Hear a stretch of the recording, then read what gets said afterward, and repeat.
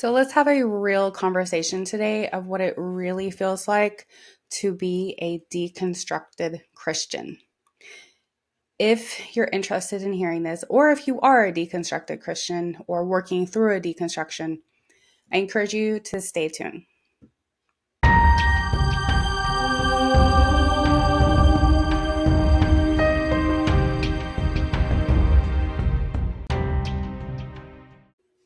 Welcome back. My name's Angie, and I am your Soul Alignment Mentor. I'm also a women's circle leader, and we meet twice monthly. If you are interested in joining that membership and coming over to spend time with us, I do channeled messages with my spirit team during that, and I bring intuitive insights and understanding of what's happening with the Earth's energy, with new ascension, and then just anything else about healing to help the women in the circle.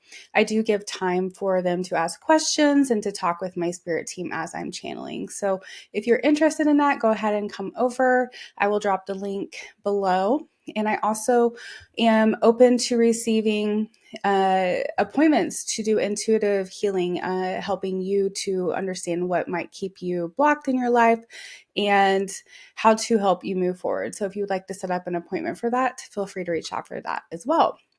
So let's talk about this concept of being a deconstructed Christian. This is something that's been going around quite a bit in the last several years, and I've seen it really ramp up since COVID. For my own personal story, if you haven't read my first book, it's called Leaf Lessons: When Trauma and Religion Collide, the Process of Spiritual Awakening and Healing. And in that book, I talk about where my deconstruction began, really, and how I began to wake up to different spiritual truths.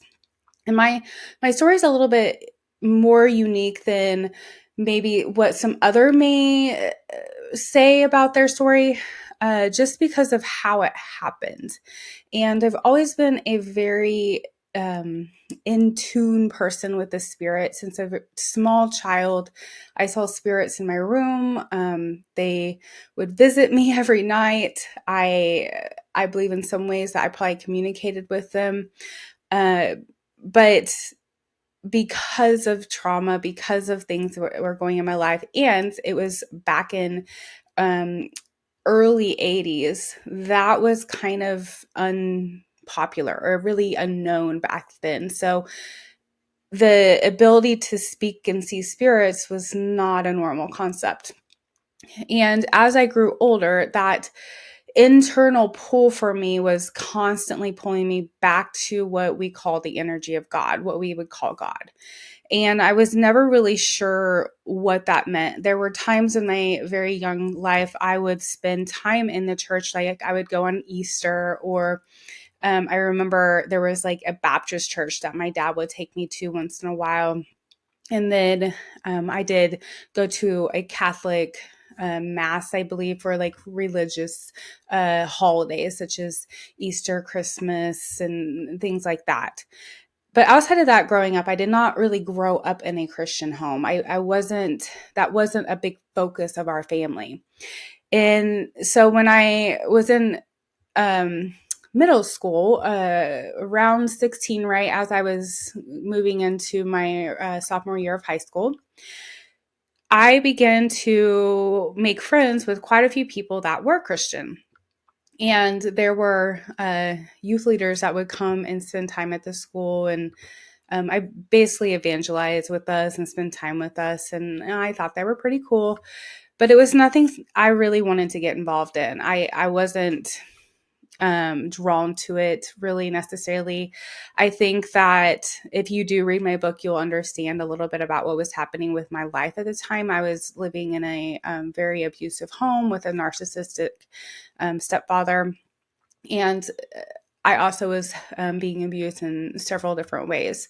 And so in many ways, I kind of had a hidden life at home and disassociated a lot of that. And then it was a completely different me at school. And I had a friend or a few friends that would continue to invite me to church and continue to invite me. And I didn't really necessarily want to go, but because I wanted to spend time with friends and I wanted to be around people. And I also was really just seeking for love and understanding of like all these strange spiritual things that I felt. I ended up going around age 16 to a camp. And it was at the camp that I first accepted Jesus. I remember very clearly, and I write this in my first book as well, I believe it was like a barn setting, and the person up there up front was speaking. I don't even know what they were saying, to be honest. But I do remember I began to cry, and it was this type of crying I've never felt, where I was releasing all of the stuff that I had inside of me. However, nobody around me knew what was inside of me, and that I was going through abuse in my home. And so, of course, they were very excited for me and that I was crying, and believed that that was because I was accepting Jesus. And so when they began to swarm around me, a ginormous group of people came around me and were asking me about accepting Jesus and healing my life. Of course, I wanted it. And so I did accept Jesus, and I began to go to church. And at the time, I just started to drive and have a little bit more independence. And so I would go by myself. No one else in the family would go. And I actually ran across the fact that they were not super supportive of me going to church, and they thought it was kind of weird or cultish in some ways. But it did kind of take me on a unique path, where this particular church I got involved in, all of those who graduated from that high school ended up going to this particular Christian college, all the Christians that graduated. And so I ended up going to a Christian college. I did stay and I got a degree in biblical studies and working with youth and families. And so as I was at this Christian college, I ended up prior to that, I ended up going on a mission trip to India. And then in college, I went on a mission trip to Laos, and I was there for about 3 months. And then after I was done at the Christian college, I knew I didn't really necessarily want to work in a church. And so I ended up going to a university to get a degree to work in mental health. And I never wanted to be a therapist. It wasn't like my goal, but I did want to work with people and help them heal, because I just had this internal pull to go this direction to help people heal. I ended up being at the university for about 4 years, and got a degree in human services and a certificate working with victim survivors and trauma victims. And after that, I started to work in the mental health field, which I stayed in the rest of my life. And in 2016 is when my strange awakening happened. I was in the backyard of my home now, mowing. And if you have been in evangelical church, the one that I was in at the time that I spent the most time in the last 12 years of my life in religion, was an evangelical Pentecostal church. And so if you know anything about this type of setting, you have very long services. You go for Sunday school, you stay for a service, and then you go out with all your church family for lunch. And it's like an entire day event. Like you are with each other every Sunday. And I became very, very close with these people. They became like family for me. But I always felt like there was something wrong with me. I always felt like I wasn't good enough or living up to the potential of being a good Christian. There was always this worry in the back of my mind that I wasn't really saved, or if I did something wrong, I was going to upset God, or bad things would happen, or I was just constantly striving to be good enough. And if you grew up in the 80s, 90s, and probably even the beginning of the 2000s in the church, you do know that there was a large purity. Uh, I guess everybody was focused on, staying single, sex outside of marriage, and just really keeping yourself pure for the Lord, so that when you get married, you're pure, there's nothing wrong with you, and you're not flawed, and you can give everything to your spouse. And so I had, because of my abuse growing up and having some of the struggles that I did have, I always felt like I was dirty in some concept, that I didn't I didn't live up to that standard, and I could never get clean enough because of the experiences I had had in my life. Now, what's interesting is I had disassociated quite a bit of the trauma in my life, and in my actually within probably the last several years, probably 5 years, I began to wake up to the trauma that I went through as a child and how significant it was, and things continue to unfold for me that I did not realize I felt or went through. Puzzle pieces get put together when you are a trauma victim, when you begin to wake up as an adult, and this kind of forces you into a place of healing, especially if you're in a spiritual awakening. And so what ended up happening in 2016 is I was in my backyard mowing, and I heard a voice come to me and say, "You're doing it wrong." And it was such a very clear and loud voice to me that I even stopped my mower thinking somebody was in my backyard with me. And so I began to look around, like, where is this voice coming from? And sure enough, there was nobody there. And I heard it again. "You're doing it wrong." Now, this voice went on to say many other things to me. And suddenly I had an overwhelming feeling that everything I believed and everything I was doing was not aligned with my true purpose in life.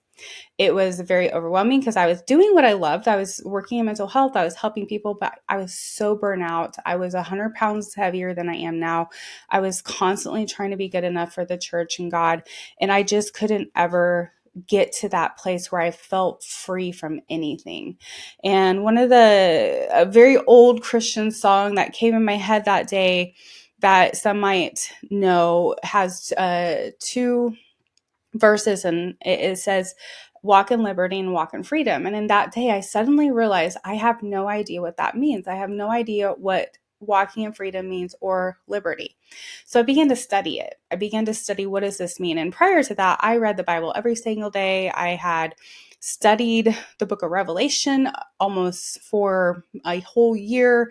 I was very, very in tune with end times and wanting to teach people about the end of the world and Jesus coming back and all these things. And so I was very when a deconstructing Christian says that they were in it, they were in it, you guys. It was not something that I was just pretending. I was seeking daily to be in the presence of God. I would spend hours on a weekend morning praying, and at the time I played the guitar and worshiping, and I never listened to anything but Christian music, and everything was in the attempt to always be good enough for God. I would pray, I would write in my journal, I would study. I did everything right, the way that you're supposed to do it according to religion.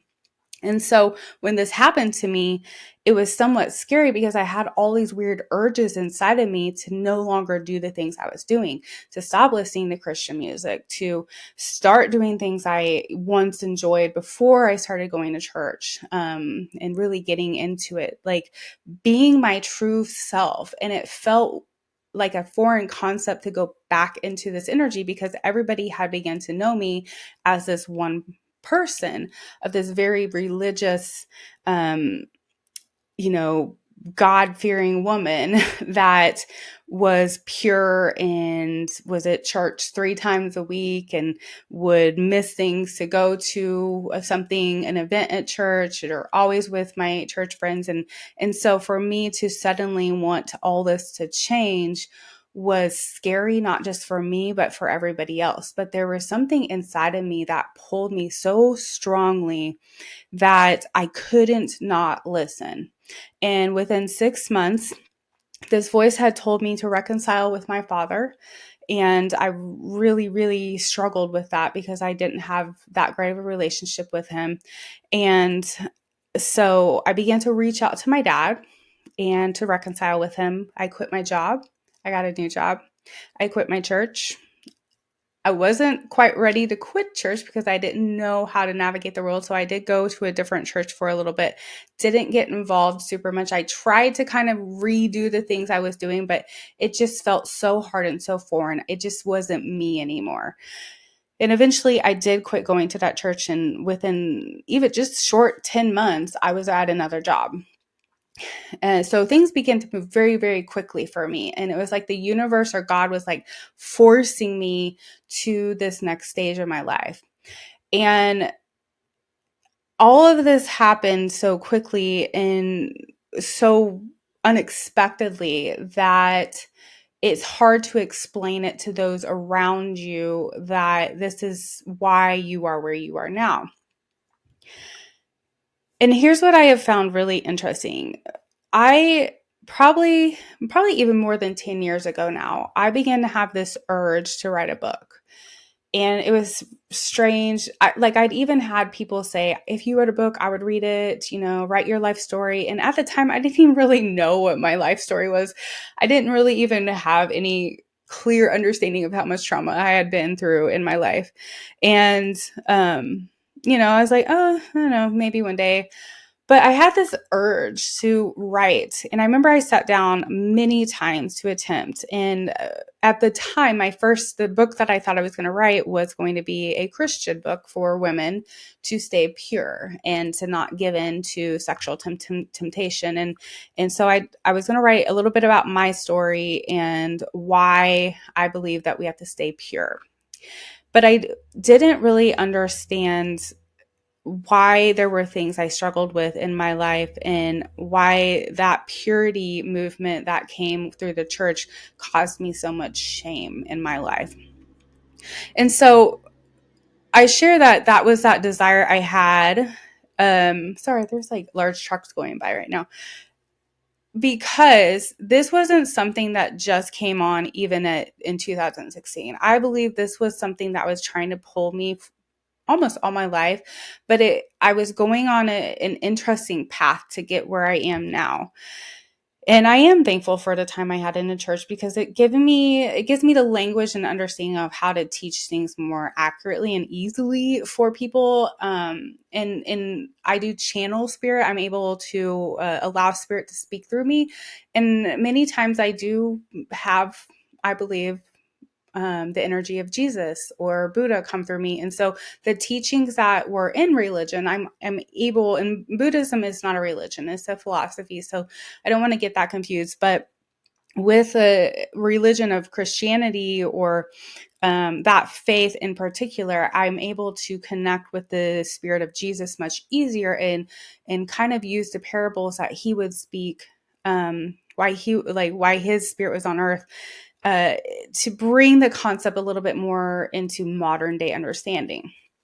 And so as I began to move through this strange season in reconciling with my dad had been diagnosed with cancer about 6 months after I reconciled with him, which was very hard. And we did lose him, unfortunately, in 2020, and actually September 2020. And it was one of the hardest times in my adult life. I was working at a inpatient mental health facility. My dad had cancer. I had just left the church. I lost all my friends. Everything was changing at once, and it was very, very, very hard for me. And I was seeking support, and I was seeking friendship, and I was wanting to have, a normal life, I guess. And I was just confused. I was so confused and trying to do everything right. And then so in September 2020, when my dad passed, I had just been fired from my job 5 days prior. And then I was doing foster care, and I had a foster daughter leave me right after my dad passed as well. So I had 3 significant losses all at once. And here's what's the interesting thing is that was the hardest time in my whole life. And of course, I lost my friend, all my new friends, I lost them as well. And so everything just kept changing. It kept changing. And I had already begun my healing journey prior to this and seeking out, people like therapists and, trying to find everything I could to heal. But I just wasn't getting where I needed to be. And I didn't give up though. I just continued to find, I just listened to my intuition basically to guide and lead me where I needed to go. So I ended up writing my book. I'm trying to think. I think it's been 2 years, or definitely a year and a half, maybe close to 2 years. I remember I started writing it right after my dad passed, because my dad began to visit me in spirit. He began to come and talk to me about my soul purpose, why I'm on earth, and all these things. And so I wrote this book. This book has caused a lot of controversy in my life. And some of the Christian friends, or not even friends, that I had in that setting have begun to harass me, or comment on things, or send me messages about me leaving behind my faith. And here's what's really interesting. When you haven't gone through this, you don't know what it feels like. And you don't know how scary it truly is to leave behind religion. Because the fear that is programmed inside of you about the fact that you could go to hell is real, you guys. And when you're deconstructing and you're moving away from something that you've been taught to be absolute 100% truth, and you start to realize that the Bible it's not all God's word, and it's not accurate, and it's all these, and then the teachings in the Bible actually correlate with other ancient teachings and astrology and goddesses and gods and all these things, it begins to become a little bit overwhelming as a deconstructed Christian. And then when you have old friends coming out, or the people that knew you when coming out and saying negative things about you, or telling you you're bad, or that you've walked away from God, one of the things that the first phase of your deconstruction is wanting to get really, really mad and fight back, because you want to defend what is happening to you in some aspect, because you know that you're not doing it on purpose. It just is happening, and it's scary, and it's strange, and you feel different, and it's forcing you to look at things in your life and to heal things that you never would have thought you needed to heal from. The shadow work is real, you guys. And when I say shadow work, shadow means looking at the parts of yourself that are not loving, that are not aligned with real, true love, which is source energy, which is God. And so as you move through the deconstructing process, you begin to realize that that old energy of needing to defend God or defend yourself is kind of a useless concept, because it's not in the energy of love. It's not in the actual reason Jesus came to earth, to teach love. So I bring this up because I just got a message this weekend from somebody I was not even friends with in junior high. I didn't go to high school. I didn't stay in the same high school as a lot of these people that reach out to me. And he used a verse about when they leave, they never belonged. And if you know what verse I'm talking about, if you come from a religious setting. And then he continued on kind of belittling me, and sent me a post of somebody going viral that had came back to Christianity after trying to explore basically witchcraft and spells and all these things. And here's the interesting thing, you guys. You can replace religion with spirituality easily and end up in the same place and the same feelings in the same situations where you're unfulfilled and you're unhappy and you're not doing it in the right energy. And this is why the healing process is so very important during your deconstruction. When we replace one thing with another, it just magnetizes the same feelings. And then, of course, you're going to end up going back to where it felt familiar and safe. And so people don't understand this, though, when they haven't gone through it. And I know there are going to be people that listen to this that will understand it. And so I wanted to share all that. One, just to give a little bit of an insight for those of you who might listen that don't understand why people begin to deconstruct from their religion and what actually might have happened to start that process. I know my story is a bit unique, but I think everybody has a story behind their deconstruction. I can remember the hour and the month and the year that this happened to me. And if you ask most people that have went through a spiritual awakening, they will also be able to tell you it was right. It was at this time and I was at this place. And so the spirit is reaching out to people's souls right now, or you could say God if you are still in religion, to try to attempt you to bring you into the energy of love. And it feels really scary when you are programmed in religion to believe that the end times comes only because of peace. And so I want to continue to speak a little bit more about this, but I'm going to leave it at this point just to begin to prepare you for the next few episodes, because I'm going to share a little bit about the process of deconstruction and how it's felt. And I want to start first with the fear and the anger that come up and why working through that is so important, especially as you are going through a spiritual awakening. So if you would like to follow along and kind of dig a little deeper with me on that, and maybe if you have a friend or a family member that is wondering, why do I feel this way? Or if you have people coming against you that don't want to, or they don't understand, but they are open to trying to understand, maybe this will help them as well. So continue to follow this. I would love if you could subscribe, leave a review, comment, whatever you would. It helps get my podcast out if you're listening to the podcast. If you're on YouTube, I would love if you subscribed and help to grow the channel so that I can continue to get some of this encouraging, healing energy out to the world. And until then, I wish you the best day, night, evening, whatever time it is for you. I send you all the universal love. Namaste.